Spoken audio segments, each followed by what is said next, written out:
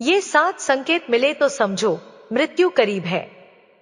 मित्रों, वेदों और उपनिषदों में वर्णित है कि मृत्यु से पहले आत्मा कुछ अद्भुत संकेत अनुभव करती है। ये संकेत किसी भय का नहीं, बल्कि आत्मा के जागरण का संदेश होते हैं। आज हम आपको एक प्राचीन कथा सुनाने जा रहे हैं, एक ऐसे ब्राह्मण श्रीनंद की कथा जिसे यात्रा के दौरान गाय, पीपल, नाग और बाघ के माध्यम से ईश्वर ने एक एक करके वे 7 संकेत दिखाए। लेकिन मित्रों, सबसे बड़ा प्रश्न यह है, जब किसी को मृत्यु के ये संकेत मिले तो उसे क्या करना चाहिए? इस कहानी में उसी प्रश्न का उत्तर छिपा है। यह कथा केवल सुनने के लिए नहीं है, समझने के लिए है, क्योंकि इसके भीतर छिपा है जीवन और मृत्यु दोनों का गूढ़ रहस्य। तो आइए मित्रों, आरंभ करते हैं। यह रहस्यमयी और ज्ञानवर्धक कथा बहुत समय पहले की बात है। नर्मदा नदी के किनारे एक छोटा सा सुंदर गांव बसा था। गांव में ना तो बहुत संपत्ति थी, ना ही वैभव, लेकिन हर घर में बसता था अपनापन, सादगी और प्रेम। उसी गांव में रहता था एक धर्मपरायण ब्राह्मण श्रीनंद। वह कोई राजा नहीं था, पर उसके कार्य उसे गांव का सबसे बड़ा व्यक्ति बना देते थे। कभी कोई बीमार पड़ता तो वही औषधि लाता, किसी के घर भूख होती तो अपने हिस्से का अन्न दे देता, यदि 2 परिवारों में झगड़ा होता तो वह बीच में पड़कर सुलह कराता। लोग अक्सर कहा करते, ईश्वर ने इस गांव को बड़ा वरदान दिया है। श्रीनंद के रूप में श्रीनंद का जीवन पूरी तरह धर्म और सेवा को समर्पित था। हर सुबह वह स्नान कर पूजा करता, फिर गांव के बच्चों को मंत्र और श्लोक सिखाता। उसकी निष्ठा देखकर लोग कहते, यह व्यक्ति थकना ही नहीं जानता। पर एक दिन दोपहर के समय अचानक गांव में कोलाहल मच गया। लोग भागते हुए एक ही दिशा में जा रहे थे। पूछने पर पता चला, देवश्रुत गुरुजी, जो गांव के सबसे पूजनीय संत थे, उन्होंने इस संसार को त्याग दिया है। बस यहीं से श्रीनंद के जीवन में आरंभ हुई वह यात्रा, जिसमें ईश्वर ने उसे 7 संकेत दिखाए। वो संकेत जो हर आत्मा को मृत्यु से पहले चेतावनी के रूप में मिलते हैं। यह समाचार सुनते ही पूरा गांव जैसे सन्नाटे में डूब गया। देवश्रुत गांव के सबसे विद्वान, सम्मानित और पूजनीय व्यक्ति थे, वही जिन्होंने श्रीनंद को बचपन से वेद, नीति और धर्म का ज्ञान सिखाया था, वही जिन्होंने उसे जीवन का अर्थ समझाया था। श्रीनंद बिना कुछ सोचे समझे भागता हुआ उनके घर पहुंचा। चारों ओर शोक का माहौल था, कोई रो रहा था, कोई मंत्र जप रहा था। श्रीनंद बस चुप खड़ा था, जैसे किसी ने उसके भीतर से सारे शब्द छीन लिए हो। शाम तक चिता सजाई गई। जब अग्नि की लपटें उठीं, तो एक क्षण के लिए ऐसा लगा जैसे समय ठहर गया हो। श्रीनंद की आंखों में बस वही दृश्य रह गया। वो गुरु जो कल तक उसे जीवन का ज्ञान दे रहे थे, आज उसी जीवन से परे जा चुके थे। उस पल उसके मन में एक अजीब सा भय उतर आया, ऐसा डर जो उसने पहले कभी महसूस नहीं किया था।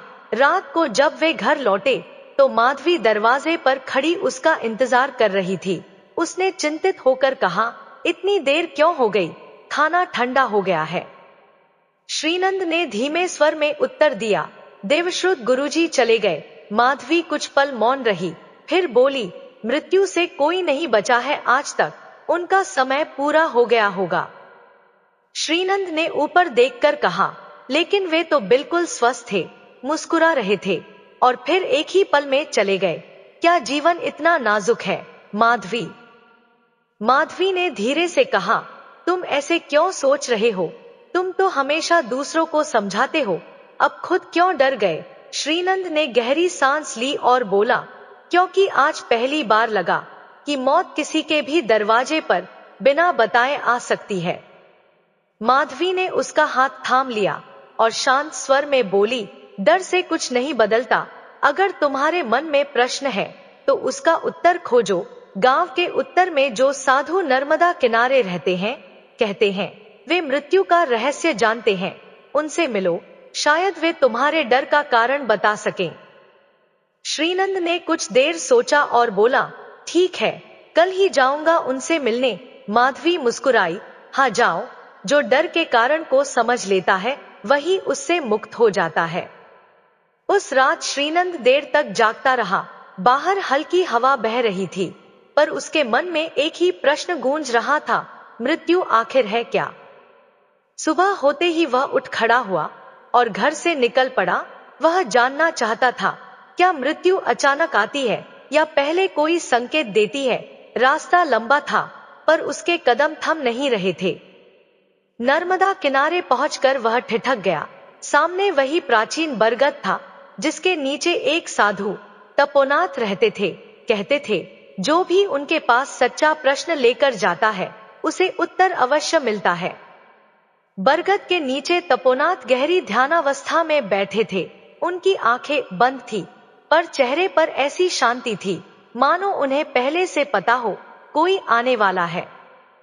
श्रीनंद कुछ क्षण मौन खड़ा रहा, फिर धीरे धीरे पास जाकर बैठ गया। उसने हाथ जोड़कर कहा, प्रणाम महात्मन, मैं आपके पास उत्तर खोजने आया हूँ। साधु ने धीरे धीरे आंखें खोली, कुछ पल मौन रहे, फिर शांत स्वर में पूछा, बोलो पुत्र, प्रश्न क्या है? श्रीनंद ने कहा, गुरुदेव, मेरे गुरु देवश्रुत कल देह त्याग कर चले गए। उनकी मृत्यु ने मुझे भीतर तक हिला दिया है। मैं जानना चाहता हूँ, क्या मृत्यु से पहले कोई संकेत मिलते हैं? क्या मनुष्य पहले से जान सकता है कि अंत समीप है? साधु ने अपनी आंखें कुछ पल के लिए मूंदी और गहन स्वर में बोले, तू मृत्यु का समय नहीं जानना चाहता, बल्कि मृत्यु का सत्य जानना चाहता है। तब साधु तपोनाथ ने गहरी सांस ली और बोले, बेटा, जो सत्य तू खोज रहा है, वह ना तो किसी किताब में लिखा है और ना ही शब्दों में समझाया जा सकता है। उसे देखना, महसूस करना और सहन करना पड़ता है। श्रीनंद ने गंभीर स्वर में पूछा, गुरुदेव, आपका मतलब? साधु मुस्कुराए, मतलब यह कि यदि तू वास्तव में मृत्यु का रहस्य जानना चाहता है, तो तुझे एक यात्रा करनी होगी। यह यात्रा बाहरी दुनिया की नहीं, तेरे अपने भीतर की यात्रा है।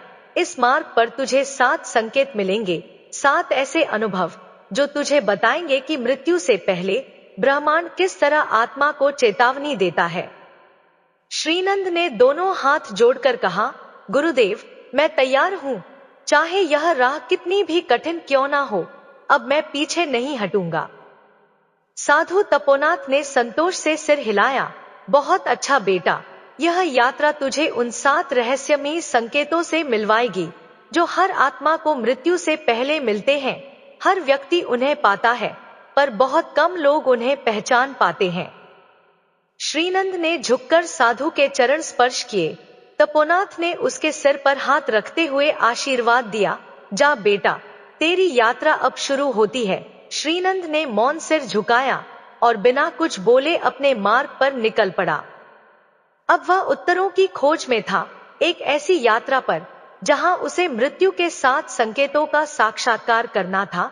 रास्ता सुनसान और लंबा था। कभी वह किसी पेड़ के नीचे रुककर विश्राम करता, पर मन में बस एक ही बात घूमती रहती, वे 7 संकेत कैसे होंगे? थकान के बावजूद उसकी आंखों में जिज्ञासा की लौ जल रही थी। वह आगे बढ़ता गया, तभी अचानक दूर से घंटियों की मधुर आवाजें सुनाई दी। उसने कदम रोक दिए। जब वह पास पहुंचा, तो सामने एक सफेद गाय खड़ी थी। गाय का शरीर ऐसे चमक रहा था जैसे उसके चारों ओर कोई दिव्य प्रकाश हो। श्रीनंद विस्मय से उसे देखता रहा, फिर धीरे से बोला, मां, तुम यहाँ अकेली हो? गाय ने सिर घुमाया, उसकी आंखें गहरी और शांत थी, और अगले ही पल जो हुआ, उसने श्रीनंद के हृदय की धड़कनें रोक दी।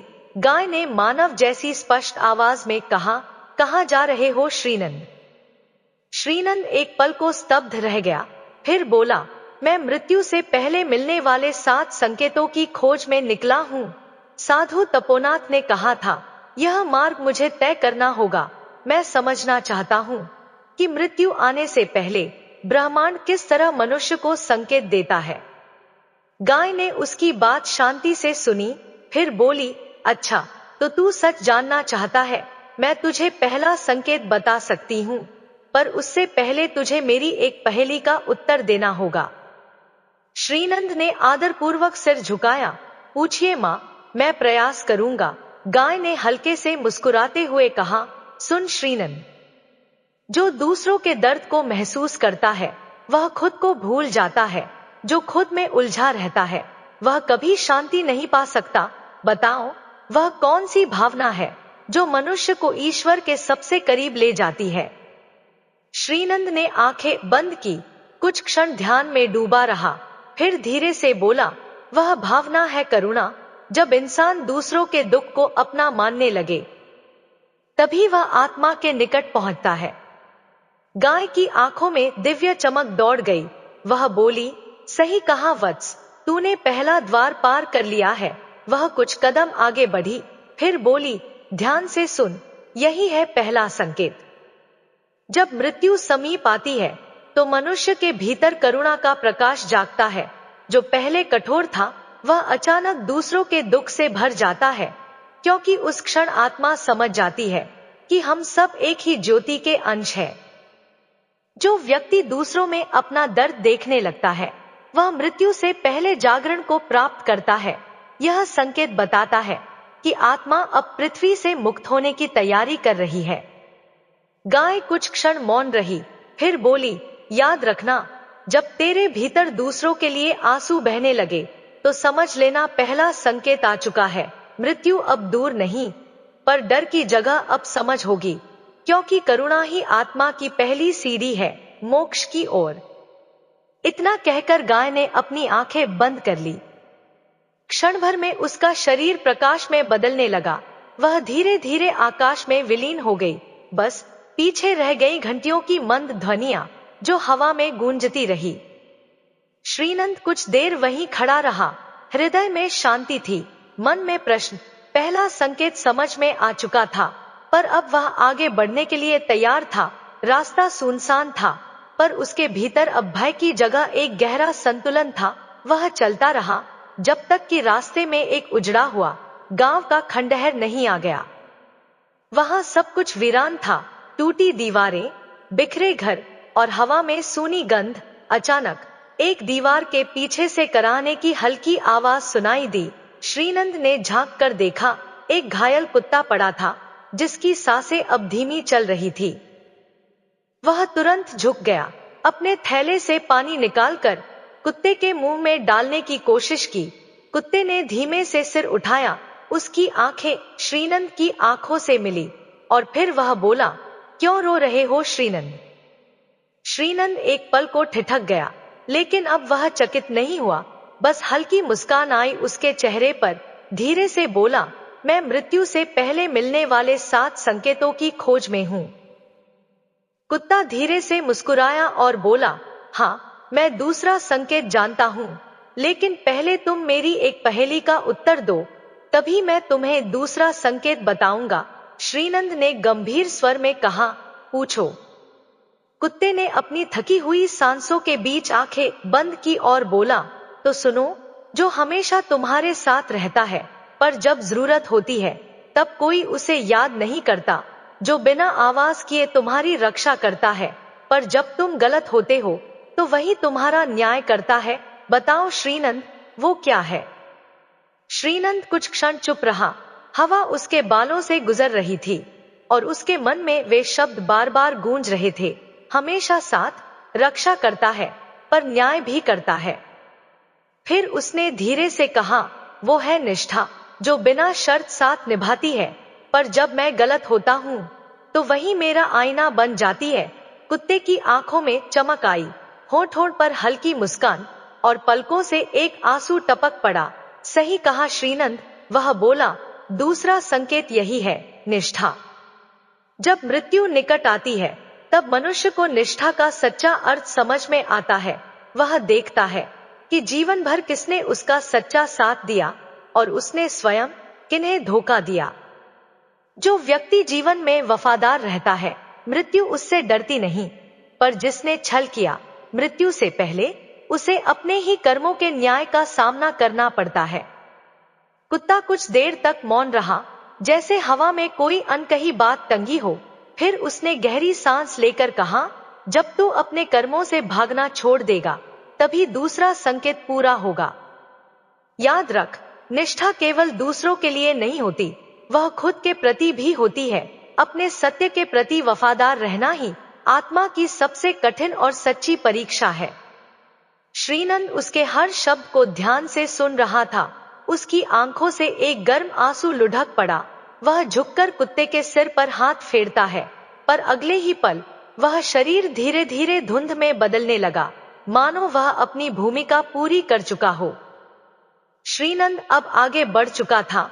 उसे 2 संकेत मिल चुके थे, करुणा और निष्ठा। गाय ने उसे सिखाया था कि दूसरों के दर्द को महसूस करना ही करुणा है, और कुत्ते ने बताया कि अपने ही सत्य के प्रति सच्चे रहना ही निष्ठा का सार है। अब उसके भीतर एक नई रोशनी, एक गहरी जागरूकता जन्म ले चुकी थी। वह चल पड़ा उस अनदेखे मार्ग पर, जहां हर कदम उसे अपने वास्तविक अस्तित्व के और करीब ले जा रहा था। वो निरंतर आगे बढ़ रहा था, लेकिन अब उसका सफर केवल रास्तों पर नहीं, अपने भीतर की गहराइयों में हो रहा था। हर कदम जैसे किसी पुराने आवरण को उतार रहा था। अचानक उसकी निगाह सामने पड़ी। एक विशाल पीपल का वृक्ष था, पर वह साधारण नहीं था। उसका तना मानो जीवित देह हो, और उसकी जड़ों ने धरती को ऐसे थाम रखा था जैसे कोई माँ अपने बच्चे को। जड़ें जमीन के ऊपर उभरी हुई थी, मानो धरती की नसें धड़क रही हों। हर पत्ती से हल्की सी दिव्य चमक फूट रही थी, जैसे उनमें जीवन की सांसें बह रही हो। श्रीनंद श्रद्धा से आगे बढ़ा, हाथ जोड़कर बोला, वंदन है वटवृक्ष देव। उसके शब्द हवा में घुलते ही पूरा जंगल एक गहरे सन्नाटे में डूब गया। क्षण भर बाद एक गंभीर और गूंजती हुई आवाज चारों दिशाओं में फैल गई, काफी दूर आ गया है श्रीनंद।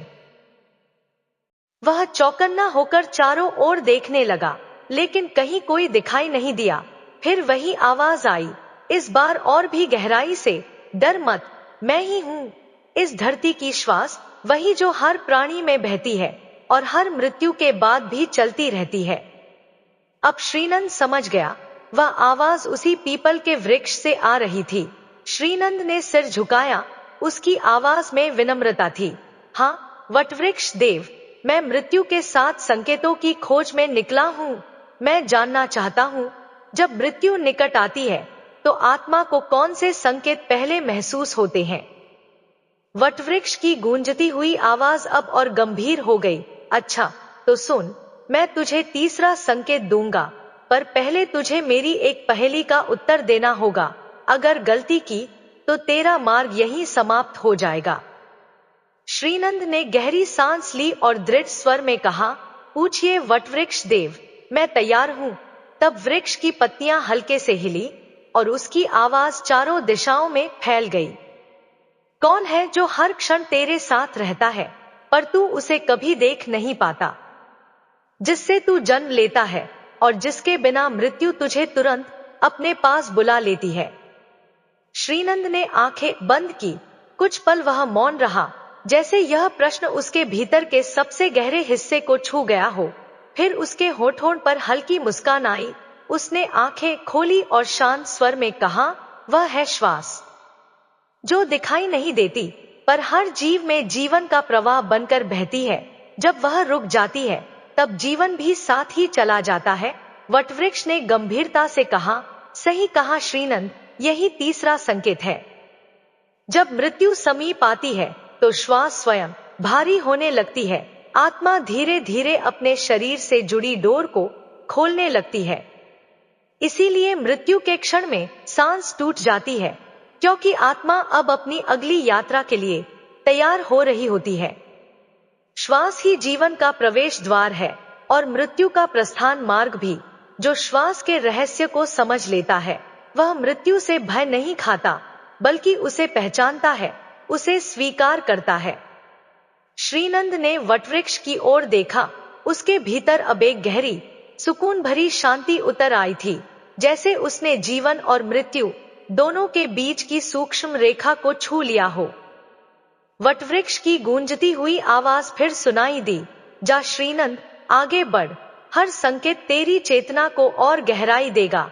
अब हवा की नहीं, अपने भीतर की आवाज सुन, तीसरा संकेत पूरा हुआ। श्रीनंद ने श्रद्धा से झुककर वटवृक्ष को प्रणाम किया, फिर शांत कदमों से आगे बढ़ गया। धीरे धीरे रात उतर आई थी। आसमान में चांद था, पर उसकी रोशनी अब मध्यम पड़ चुकी थी। जंगल घने साए में डूब गया था। पेड़ों की शाखाएं जैसे रहस्य फुसफुसा रही हो। चलते चलते श्रीनंद की नजर एक पुराने खंडहर पर पड़ी। दीवारें जर्जर थीं और उस पर एक सफेद उल्लू बैठा था। वह बिल्कुल स्थिर था, पर उसकी आंखें दो दीपकों की तरह चमक रही थी, जैसे अंधकार के बीच किसी सत्य की ज्योति हो। श्रीनंद ठिठक गया। तभी उल्लू ने शांत लेकिन गंभीर स्वर में कहा, मत डर श्रीनंद, मैं तेरा इंतजार कर रहा था। श्रीनंद थोड़ा आगे बढ़ा, हाथ जोड़कर बोला, वंदन है दिव्य पक्षी, क्या तुम मृत्यु के रहस्य जानते हो? उल्लू ने धीरे से पंख फड़फड़ाए और बोला, हाँ, मैं जानता हूँ। मृत्यु और अंधकार एक ही स्वरूप है, दोनों में ही प्रकाश छिपा होता है। लेकिन उससे पहले मेरी एक पहेली सुन। श्रीनंद ने शांत स्वर में कहा, कहिए दिव्य पक्षी। उल्लू ने अपनी सुनहरी आंखें झपकाईं और बोला, वह क्या है जो दिन में अदृश्य रहता है, पर रात के अंधकार में सब कुछ देख लेता है, जो आंखों से नहीं सत्य से पहचानता है? बताओ श्रीनंद, वह क्या है? श्रीनंद कुछ देर तक मौन खड़ा रहा। उसके भीतर जैसे कोई गूंज उतरने लगी।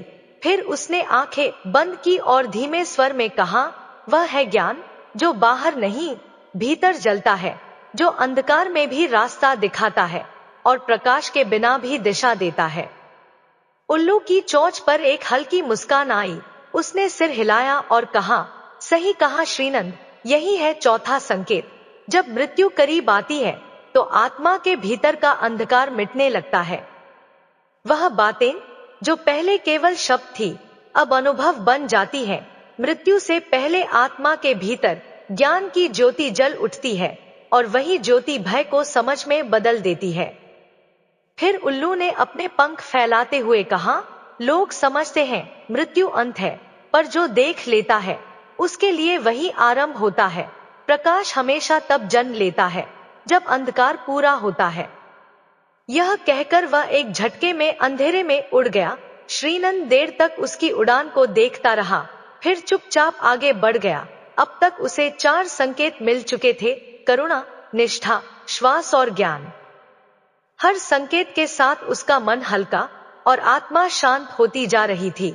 जंगल पीछे छूट गया था, रास्ता अब पहाड़ियों की ओर मुड़ चुका था। अचानक धरती कांपी और उसके पैरों के नीचे से धुआं उठने लगा। वह सावधानी से आगे बढ़ा तो देखा, सामने एक विशाल नाग लिपटा हुआ था।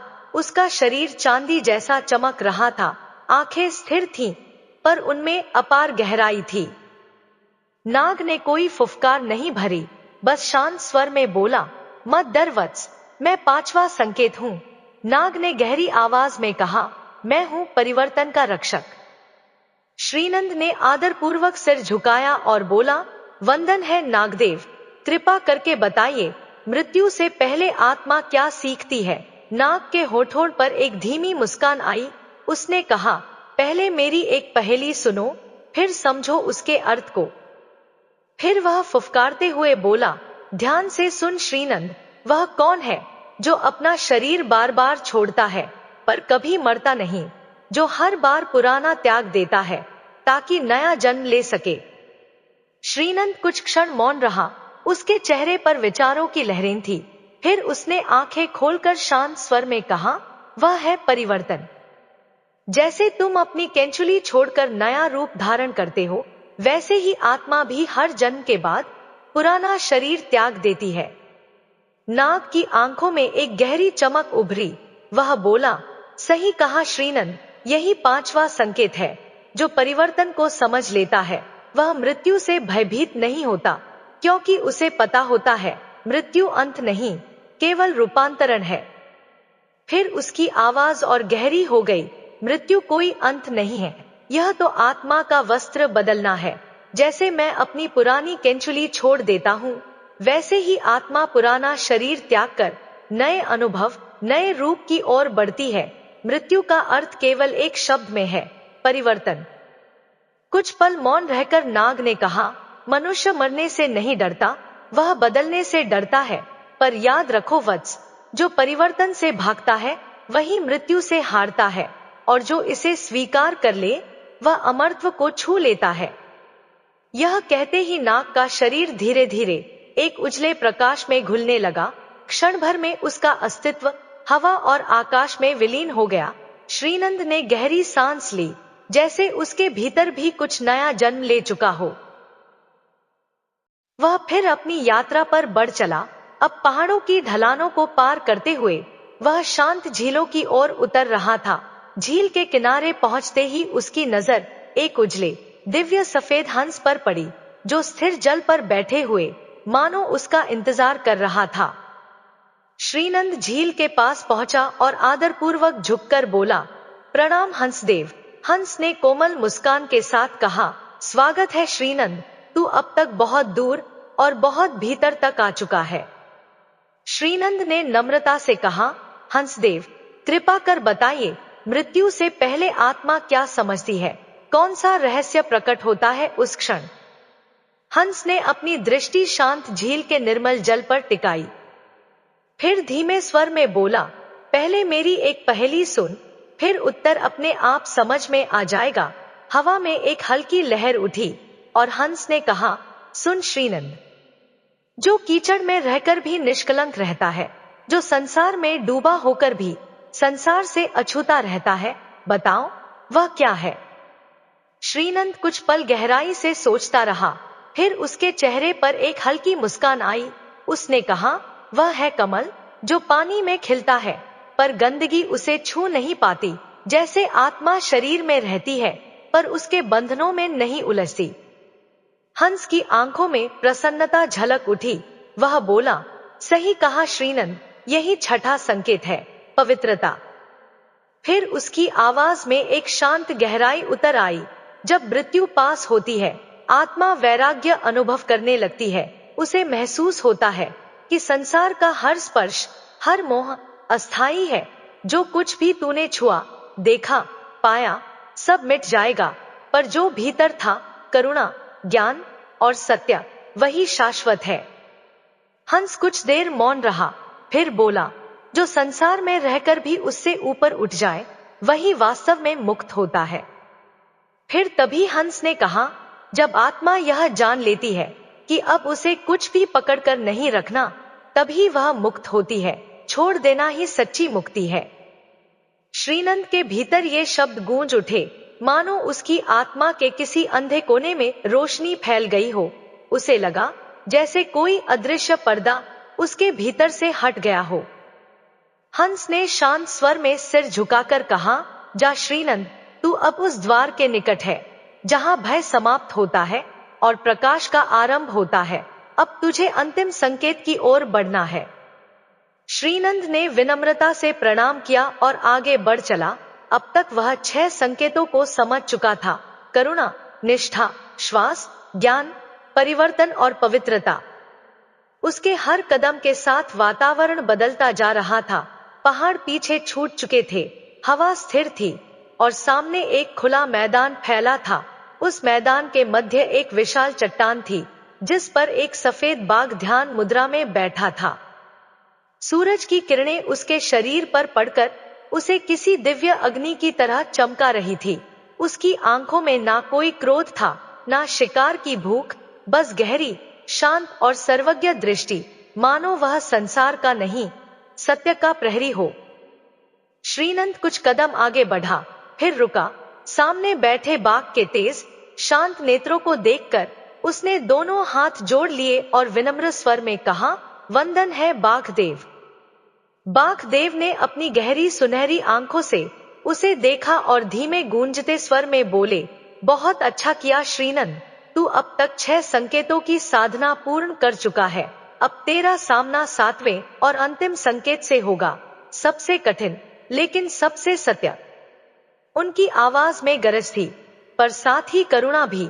श्रीनंद ने दृढ़ और शांत स्वर में उत्तर दिया, कहिए बाघदेव, मैं तैयार हूं। बाघदेव ने हल्की मुस्कान के साथ कहा, तो सुन मेरी अंतिम पहेली। जो सबके लिए समान है, फिर भी सब उससे डरते हैं, जो अंत भी है और शुरुआत भी, जो छीनता नहीं लौटाता है, बताओ श्रीनंद वह क्या है? श्रीनंद कुछ क्षण मौन रहा, फिर गहरी सांस लेकर बोला, मृत्यु।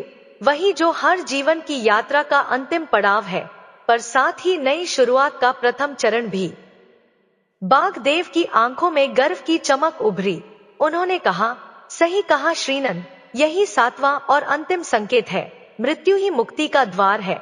जो इसे अंत समझता है वह अंधकार में भटकता है, पर जो इसे स्वीकार करता है वह प्रकाश में विलीन हो जाता है। श्रीनंद मौन खड़ा रहा।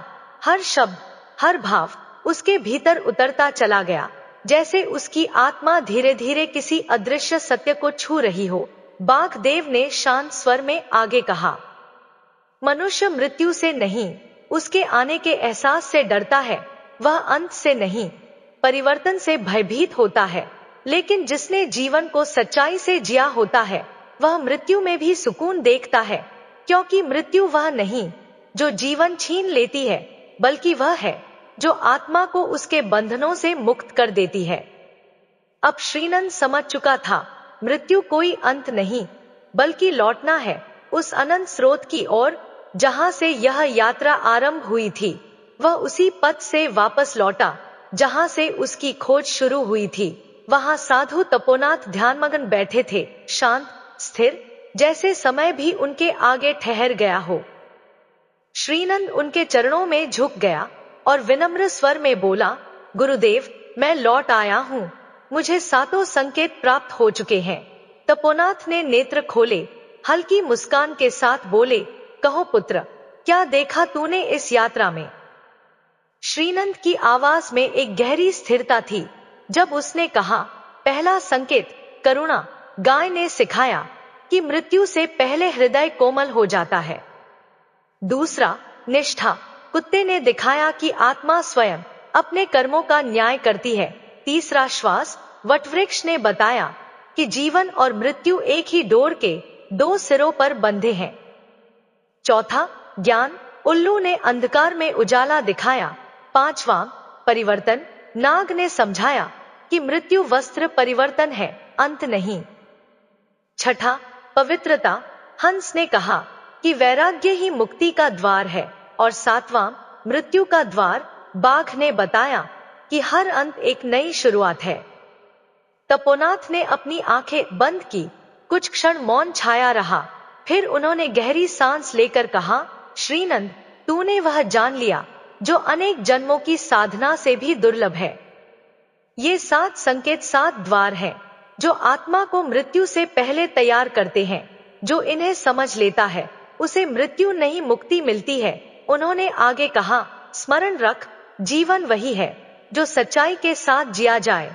जो झूठ, मोह और भय को त्याग देता है वह मृत्यु से भी परे चला जाता है। श्रीनंद की आंखों में आंसू थे, पर उनमें दर्द नहीं, केवल शांति थी। वह तपोनाथ के चरणों में झुका और बोला, गुरुदेव, अब मैं समझ गया हूं, जो मृत्यु से नहीं डरता वही सच में जीता है। तपोनाथ मुस्कुराए, उनके चेहरे पर एक दिव्य प्रकाश फैल गया। उन्होंने कहा, जा पुत्र, अब लौट जा, तेरा भय समाप्त हुआ और तेरा सच्चा जीवन आरंभ। इसके बाद श्रीनंद अपनी साधना पूर्ण कर शांत मन से अपने घर लौट आया। उसके चेहरे पर अब एक अलग ही तेज था, ज्ञान का, वैराग्य का और मुक्ति का।